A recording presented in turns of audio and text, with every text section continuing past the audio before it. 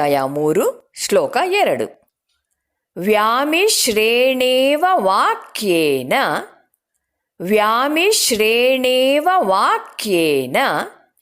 ಬುದ್ಧಿಂ ಮೋಹಯಸೀವ ಮೇ ತದೇಕಂ ವದ ನಿಶ್ಚಿತ್ಯ ಯೇನ ಶ್ರೇಯೋಹಮಾಪ್ನುಯಾಂ.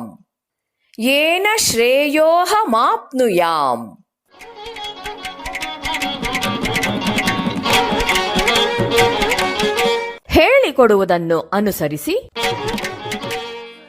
ವ್ಯಾಮಿಶ್ರೇಣೇವ ವಾಕ್ಯೇನ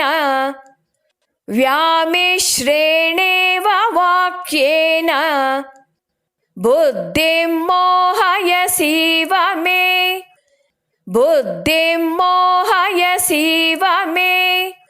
ತದೇಕಂ ವದ ನಿಶ್ಚಿತ್ಯ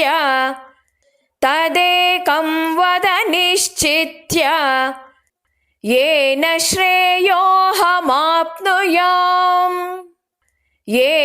ಶ್ರೇಯೋಹಮಾಪ್ನುಯಾಂ.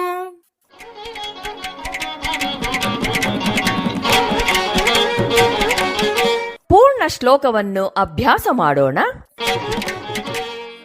ವ್ಯಾಮಿಶ್ರೇಣೇವ ವಾಕ್ಯೇನ ಬುದ್ಧಿಂ ಮೋಹಯಸೀವ ಮೇ ತದೇಕಂ ವದ ನಿಶ್ಚಿತ್ಯ ಯೇನ ಶ್ರೇಯೋಹಮಾಪ್ನುಯಾಂ.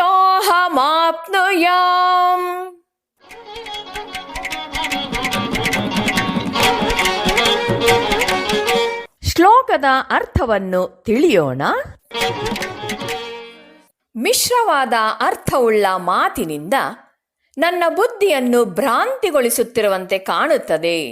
ಆದುದರಿಂದ ಯಾವುದೊಂದರಿಂದ ನಾನು ಶ್ರೇಯಸ್ಸನ್ನು ಪಡೆಯಬಹುದೋ ಅದನ್ನು ನಿಶ್ಚಯಿಸಿ ಹೇಳು. ಅರ್ಜುನ ಭ್ರಮೆಯಿಂದ ಕೂಡಿದವನಾಗಿ ಕರ್ಮ ಮಾರ್ಗ ಇಲ್ಲವೇ ಜ್ಞಾನ ಮಾರ್ಗ ಇವೆರಡರಲ್ಲಿ ಯಾವ ಮಾರ್ಗವನ್ನು ಅನುಸರಿಸಿದರೆ ತನಗೆ ಶ್ರೇಯಸ್ಸಾದೀತು ಅನ್ನೋದನ್ನು ನಿರ್ಧರಿಸೋದಿಕ್ಕೆ ಶಕ್ತನಾಗಿರಲಿಲ್ಲ. ಆದ್ದರಿಂದಲೇ ಆತನ ಪ್ರಶ್ನೆಯು ನಮ್ರತೆಯ ಕೋರಿಕೆಯೊಡನೆ ಮುಕ್ತಾಯವಾಗತ್ತೆ. ಯಾವುದರಿಂದ ನಾನು ಶ್ರೇಯಸ್ಸನ್ನು ಹೊಂದಬಹುದೋ ಅದೊಂದನ್ನು ಮಾತ್ರ ನಿಶ್ಚಯಿಸಿ ಹೇಳು ಅಂತ ಹೇಳ್ತಿದ್ದಾನೆ. ವ್ಯಾಮಿಶ್ರೇಣೇವ ಇವ ಅಂದರೆ ಮಿಶ್ರಾರ್ಥ ಉಳ್ಳಂತಿರುವ, ವಾಕ್ಯೇನ ಮಾತುಗಳಿಂದ, ಪರಿಕಲ್ಪನೆಗಳು ಮಿಶ್ರವಾದಂತಿರುವ ಮಾತುಗಳಿಂದ, ಬುದ್ಧಿಂ ಮೋಹಯಸೀವ ಮೇ ಬುದ್ಧಿಂ ಅಂದರೆ ಬುದ್ಧಿಯನ್ನು, ಮೋಹಯಸಿ ಭ್ರಾಂತಿಗೊಳಿಸುತ್ತಿದ್ದೀಯೇ, ಇವ ಅಂದರೆ ನಿಶ್ಚಯವಾಗಿಯೂ. ಮಿಶ್ರವಾದ ನಿನ್ನ ಮಾತಿನಿಂದ ನನ್ನನ್ನು ಭ್ರಾಂತಿಗೊಳಿಸುವಂತೆ ಇದೆ ಅಂತಾನೆ. ಕಾರ್ಯವನ್ನು ಮಾಡುವುದು ಮೇಲು ಅಂತ ಒಂದು ಸಲ ಹೇಳ್ತಾನೆ, ಸಮತ್ವ ದೃಷ್ಟಿಯಿಂದ ನೋಡುವುದೇ ಶ್ರೇಷ್ಠ ಅಂತ ಒಂದು ಸಲ ಹೇಳ್ತಾನೆ. ಶ್ರೀಕೃಷ್ಣ ಎಲ್ಲಿಯೂ ಅರ್ಜುನನಿಗೆ ಕರ್ಮವನ್ನ ಬಿಡು ಅಂತ ಹೇಳೋದಿಲ್ಲ, ಅದನ್ನ ಹಲವಾರು ದೃಷ್ಟಿಕೋನದಿಂದ ಮಾಡಬಹುದು ಅಂತ ಹೇಳ್ತಾನೆ. ಆ ದೃಷ್ಟಿಕೋನಗಳಲ್ಲಿ ಸಮತ್ವ ದೃಷ್ಟಿಯೊಂದು ಶ್ರೇಷ್ಠವಾದ ನಿಲುವು. ಕರ್ಮವನ್ನೇ ಮಾಡದೇ ಇದ್ರೆ ಇವನಿಗೆ ಸಮತ್ವ ಪ್ರಾಪ್ತವಾಗಿದೆಯೇ ಇಲ್ಲವೇ ಅನ್ನೋದನ್ನ ತಿಳ್ಕೊಳ್ಳೋದು ಹೇಗೆ? ಇದನ್ನ ಹೀಗೆ ಹೇಳ್ತಾರೆ.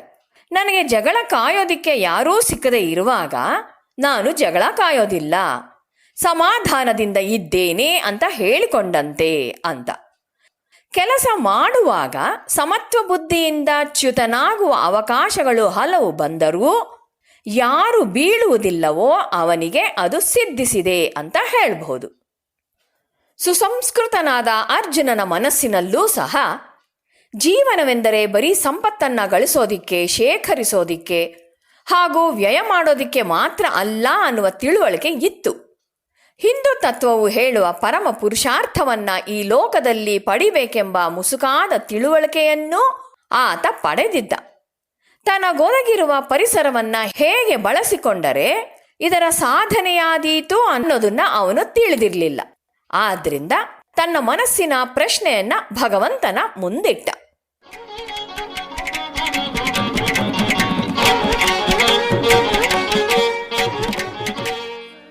ತದೇಕಂ ವದ ನಿಶ್ಚಿತ್ಯ.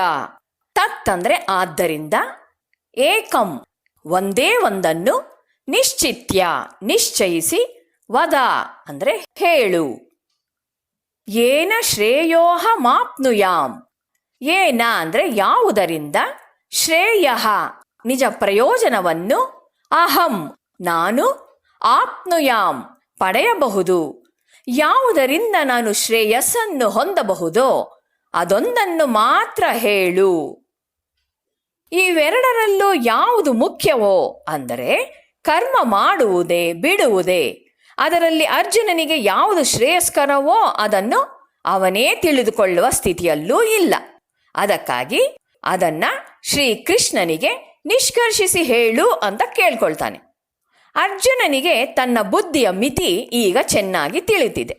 ಅದು ಸೂಕ್ಷ್ಮವಾದ ವಿಷಯವನ್ನು ಗ್ರಹಿಸುವಂತೆ ಇಲ್ಲ. ಅದನ್ನು ನಿಷ್ಕರ್ಷಿಸಿ ಕೃಷ್ಣ ಹೇಳಬೇಕು. ಇದನ್ನು ಹೀಗೆ ಕಂಪೇರ್ ಮಾಡ್ತಾರೆ. ರೋಗಿಗೆ ಯಾವ ಔಷಧಿ ಒಳ್ಳೆಯದು ಅಂತ ಗೊತ್ತಿಲ್ಲ, ನುರಿತ ವೈದ್ಯನಿಗೆ ಅದನ್ನು ಹೇಳುವಂತೆ ಕೇಳಿಕೊಳ್ಳುವನು. ಒಬ್ಬ ತನಗೆ ಎಲ್ಲ ಗೊತ್ತಿದೆ ಅಂದರೆ ಯಾರು ಏನು ಹೇಳೋದಕ್ಕೆ ಹೋಗೋದಿಲ್ಲ.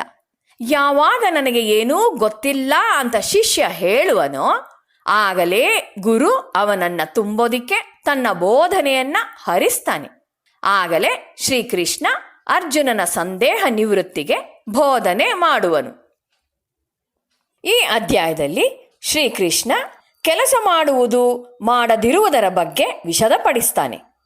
ಹಾಗೆಯೇ ಕ್ರಿಯೆಯ ಪ್ರಾಮುಖ್ಯತೆಯನ್ನು ಒತ್ತಿ ಹೇಳ್ತಾನೆ. ನನ್ನನ್ನು ನೀನು ಗೊಂದಲಕ್ಕೊಳಪಡಿಸುವ ಹಾಗೆ ಕಾಣ್ತಾ ಇದೆ. ನನಗೆ ಯಾವ ಮಾರ್ಗವು ಶ್ರೇಯಸ್ಕರವೋ ಆ ಒಂದನ್ನು ನಿಶ್ಚಯವಾಗಿ ಹೇಳು ಅಂತಾನೆ ಅರ್ಜುನ. ಅವುಗಳೆರಡರಲ್ಲಿ ಒಂದನ್ನು ಅಂದರೆ ಜ್ಞಾನವನ್ನೋ ಕರ್ಮವನ್ನೋ ಒಂದನ್ನು ನಿಶ್ಚಯಿಸಿ ಇದೇ ಅರ್ಜುನನಿಗೆ ತಕ್ಕದ್ದು, ಅವನ ಬುದ್ಧಿಗೂ ಶಕ್ತಿಗೂ ಸ್ಥಿತಿಗೂ ಅನುಗುಣವಾದದ್ದು ಎಂದು ನಿಶ್ಚಯಿಸಿ ಹೇಳು. ಜ್ಞಾನವೋ ಕರ್ಮವೋ ಯಾವುದೊಂದರಿಂದ ನನಗೆ ಶ್ರೇಯಸ್ಸು ಸಿಕ್ಕಿತೋ ಅದನ್ನು ಹೇಳಿಬಿಡು ಅಂತಾನೆ ಅರ್ಜುನ.